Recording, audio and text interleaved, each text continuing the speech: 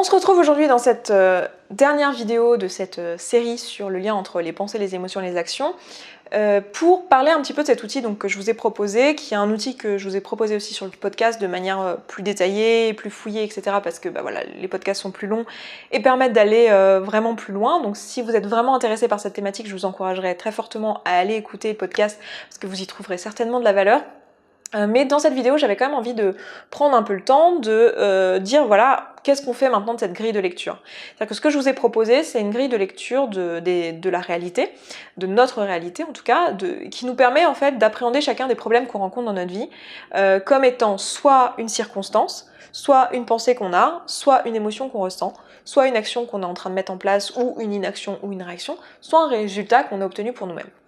Et le fait d'avoir cette grille de lecture entre les mains, ça va nous permettre de prendre un peu de hauteur et juste de comprendre un petit peu mieux la situation et de moins être la tête dans le guidon et de moins se laisser submerger par les émotions, même s'il n'y a pas du tout de mal à ressentir les émotions, bien au contraire, on va voir que c'est important de prendre le temps de ressentir les émotions, mais ça nous permet de remettre les choses en perspective et de mieux comprendre qu'est-ce qui cause notre mal-être et pourquoi on se sent mal maintenant et comment agir au mieux selon nos valeurs et selon le résultat qu'on a vraiment envie d'obtenir pour nous.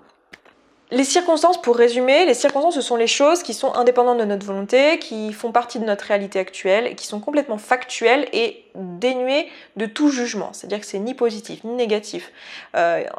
La façon dont on décrit une circonstance, c'est sans adjectif, c'est sans verbe d'opinion. C'est-à-dire que c'est vraiment quelque chose, c'est pas il fait magnifique aujourd'hui, c'est le ciel est bleu. Point. Le ciel est bleu, c'est factuel, tout le monde sera d'accord. Il fait magnifique aujourd'hui, il y aura peut-être des gens qui ne seront pas d'accord. Il y en a peu parce qu'on est tous à peu près d'accord là-dessus. Mais vous voyez ce que je veux dire, il y a une distinction entre les deux. Il y en a un qui est biaisé, qui est orienté, qui est positif, et l'autre qui est totalement neutre. Donc pour nous, une circonstance, ça va être quelque chose de neutre. Pour reprendre l'exemple que je vous avais donné, qui est que votre boss est un connard, qui est donc une pensée et pas du tout une circonstance. La circonstance était mon chef d'entreprise n'a pas payé les salariés à la date prévue. Ça, c'est une circonstance. C'est complètement dénué de tout jugement, c'est factuel, c'est vérifiable, c'est quantifiable, voilà, tout le monde sera d'accord là-dessus. Alors que c'est un connard, tout le monde sera pas d'accord là-dessus. Il y a peut-être quelqu'un qui vous dira « Oui, mais attends, il a eu un problème et en fait les paiements ont pas pu passer et puis peut-être qu'il avait pas voulu et peut-être que tu sais pas comment il était ce week-end, ça se trouve il était fatigué, il y a plein de gens qui trouveront des excuses. » Donc, on ne sera pas tous d'accord là-dessus, alors que la circonstance, c'est quelque chose sur lequel on est tous d'accord. Donc, circonstance. Ensuite, la pensée, ça va être donc ce qu'on a dans notre esprit, à quoi nous ramène la circonstance. J'aime bien vous donner l'exemple de l'allumette, où en fait, l'allumette, ça va être juste, la pensée, ça va être juste une allumette qu'on choisit dans la boîte d'allumettes. On aurait pu en choisir une autre, mais on choisit celle-ci, et la pensée qu'on choisit d'avoir, ou pas, elle nous vient naturellement, parce qu'on a un système de valeurs qui nous propose des pensées automatiquement, on va se dire, c'est un connard. L'émotion qu'on va ressentir à la pensée de cette pensée, ça va être une émotion de dégoût peut-être, de colère, de stress, d'angoisse. Non, peut-être pas le stress ou l'angoisse directement à cette pensée-là, mais bon, bref, peut-être on sera tous différents, on va pas ressentir en tout cas tous la même émotion, mais on ressent une émotion. De cette émotion va partir notre action, c'est-à-dire que c'est parce qu'on est en colère qu'on va potentiellement claquer la porte et partir ce jour-là du boulot sans faire nos heures. Et le résultat qu'on va obtenir, c'est que on va se mettre à dos notre patron qui va peut-être nous sanctionner et ça va venir valider notre pensée de départ qui est mon patron est un gros connard. Et donc on a ce modèle, la coach qui a créé cette grille de lecture appelle ça un modèle.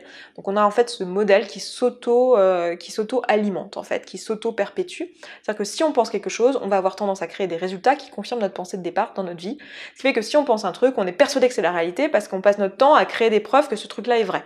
Du coup, pour nous, on comprend pas que quelqu'un puisse ne pas être d'accord avec ça, et c'est comme ça qu'on se dispute avec les gens, parce qu'on n'a pas les mêmes opinions, on comprend pas qu'ils aient leurs opinions, parce que nous, notre réalité, tout nous dit que ce truc-là est vrai, parce qu'on se l'est répété, on a usé de notre biais de confirmation dans notre vie pour voir ce résultat opérer et produire constamment ces résultats pour nous-mêmes. Maintenant, qu'est-ce qu'on fait avec cette grille de lecture? Une fois qu'on a compris ça, qu'est-ce qu'on en fait? Comment on l'utilise et à quoi elle peut nous servir? Bon, je pense que vous avez déjà un peu compris qu'elle va nous servir essentiellement à prendre de la hauteur et à comprendre les situations qu'on est en train de vivre et à prendre un pas de recul, à rationaliser un minimum ce qui se passe pour mieux comprendre pourquoi est-ce qu'à un moment donné on n'est pas content, on se sent pas bien. Maintenant, on peut l'utiliser de différentes manières. C'est-à-dire que soit on se rend compte, par exemple, on a une situation qui nous chiffonne, etc. Enfin, qui nous chiffonne.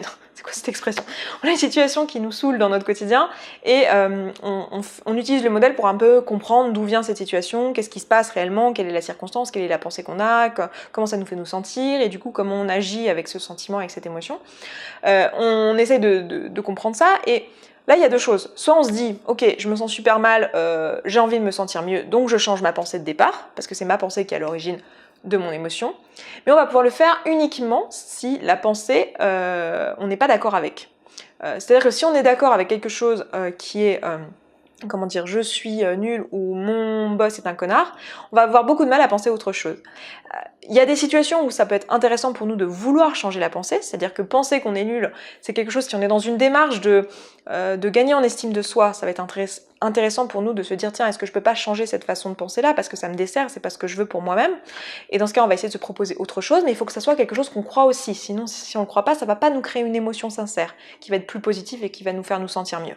Donc, par exemple, ça peut être, plutôt que je suis nulle, c'est souvent la chose que je propose, c'est je fais toujours de mon mieux, par exemple. Je fais toujours de mon mieux, je continue à apprendre, par exemple. Voilà, une autre pensée qu'on peut se proposer à la place qui va nous permettre de nous sentir un peu mieux que la pensée qu'on avait à la base.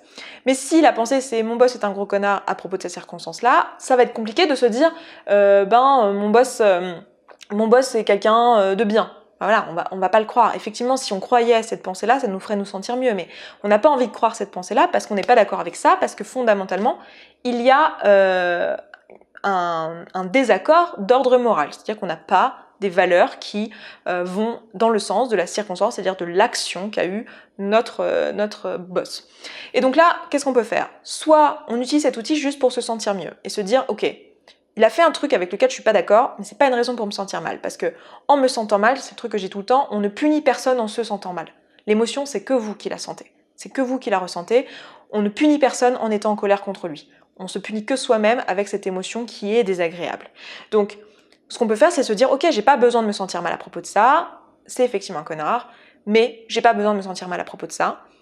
Donc là, je relâche un peu l'émotion désagréable. Et maintenant, je me dis, ok, je vais me servir de cette émotion justement qui est là pour changer la situation. Par exemple, voilà, j'ai pas envie que cette situation se reproduise. Donc c'est pas parce que je me sens plus mal que je suis léthargique par rapport à la situation, ça veut juste dire que j'accepte le fait que je suis responsable de mon émotion et que je peux choisir de pas me sentir comme ça et que je peux pour autant décider de, je sais pas, d'aller voir poliment mon boss en disant bah écoutez, je suis pas d'accord avec ça, voilà, pour moi ça dépasse une limite morale pour moi, donc c'est soit vous me payez dans les temps la prochaine fois, soit je démissionne, par exemple.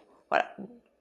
Je dis ça, mais voilà, et ça vous évitera de vivre l'émotion désagréable et de ressasser et de vous énerver en fait. Le fait, c'est pas que c'est mauvais de s'énerver, hein, mais c'est que quand on s'énerve, on risque, là je donne cet exemple-là, mais on risque d'avoir des mots qui ne sont pas ceux qu'on voudrait avoir si on pouvait réfléchir aux choses à tête reposée et calmement, etc. Et on aurait plus envie d'être ferme et de faire respecter nos opinions et de faire comprendre ce qu'on juge comme étant juste ou bon.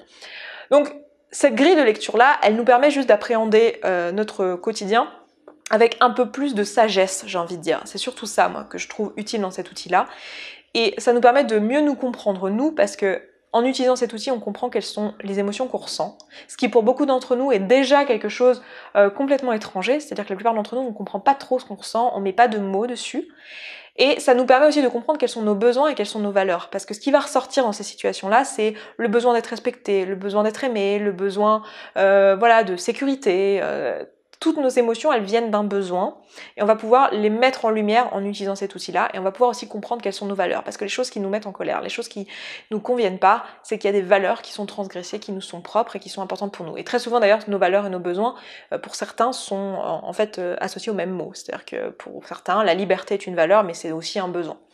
Donc en mettant ça en lumière, on va pouvoir se rendre compte de ça et voilà, et mieux apprendre à se connaître. Et c'est l'outil que je vous propose le plus souvent sur le podcast pour apprendre à vous connaître et que j'utilise aussi dans le programme Connaissance de Soi, qui est un programme avec un nom débile et un nom nul, mais qui est en fait un programme qui promet rien de miraculeux, mais qui vous dit juste que si vous prenez le temps de faire ce travail-là sur vos pensées et sur vos émotions, vous allez accéder à ce que vous pensez dans votre tête, aux émotions que vous ressentez. Vous allez, dans le programme, je vous donne aussi d'autres outils pour ressentir les émotions, pour s'approprier les émotions, pour les reconnaître. Et vous allez pouvoir connaître vos valeurs, vos besoins, et en fonction de ça, vous allez pouvoir mieux cerner qu'est-ce que vous avez envie de faire dans la vie, qu'est-ce qui est important pour vous, qu'est-ce qui l'est moins, et faire des choix qui soient plus appropriés dans le sens de votre bonheur, mais aussi dans le sens d'être présent dans votre vie et d'être là pour vos proches, parce que on l'a vu ensemble, mais si on se connaît mieux, si on connaît mieux cette grille de lecture et si on comprend ça, on prend pas les choses personnellement et on est plus à même à avoir une communication bienveillante envers les autres et à les écouter et avoir de meilleures interactions sociales, et voilà, et globalement avoir une expérience, j'ai l'impression, si je peux dire ça comme ça, du quotidien qui soit plus positive. Donc voilà, c'est un outil que j'utilise constamment, que dans mes coachings et que j'utilise constamment dans les programmes et dont je vous parle tout le temps dans le podcast. Donc voilà, j'avais envie de vous le présenter en vidéo. J'ai absolument aucune idée, j'ai tout filmé à la suite, donc j'ai absolument aucune idée de comment les différentes choses vont venir, mais j'imagine que va y avoir une certaine résistance dans le fait que on est responsable de nos émotions et que c'est pas les circonstances qui les créent. Une certaine résistance aussi à dire qu'on crée nos résultats. Voilà, je sais qu'il y a plein de choses qui sont difficiles à comprendre au départ et où on a envie de les rejeter parce qu'on a l'habitude en fait de pas être responsabilisé face à nos émotions. Responsabiliser, encore une fois, être responsable ne veut pas dire être coupable. J'avais fait une vidéo sur ce sujet-là, je vous la mettrai ici si vous l'aviez manqué, mais c'est deux choses complètement différentes. Responsable, ça veut juste dire qu'on est le seul à pouvoir faire quelque chose. Voilà, donc pour moi c'était important en tout cas de vous partager ça ici. Je vous ai rapidement parlé du programme, je vais pas faire un détail ici de ce qu'il contient, etc. Mais si ça vous intéresse, je vous mettrai le lien en description. En plus j'ai changé d'outil récemment, donc maintenant il est possible de s'y inscrire et de payer en plusieurs fois. Je sais que c'était pas quelque chose qui était possible sur le précédent outil que j'utilisais, juste parce que l'outil le proposait pas. Donc voilà, donc c'est quelque chose qui peut être chouette si vous étiez intéressé mais que vous ne pouviez pas le payer en une seule fois. Et bien maintenant vous pouvez. Et si vous avez la moindre question, vous pouvez me la poser, sachant que tous les outils que je propose dans les programmes, encore une fois les programmes ce sont, n'importe quel coaching en fait, que ce soit individuel ou un programme, c'est un accompagnement personnalisé, donc là par email dans le programme ou en présentiel dans le coaching, c'est un accompagnement, mais les notions, les outils, les idées, tout ça c'est gratuit, c'est contenu dans tous les contenus gratuits, en fait, vous avez tout dans le podcast, vous avez tout sur la chaîne, donc vous pouvez faire ce travail par vous-même sans aucun problème.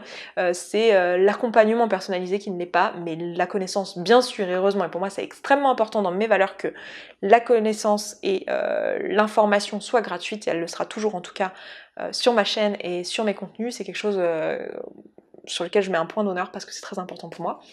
Donc voilà, je m'arrête là, je vous embrasse et je vous dis à bientôt dans une prochaine vidéo. Ciao ciao.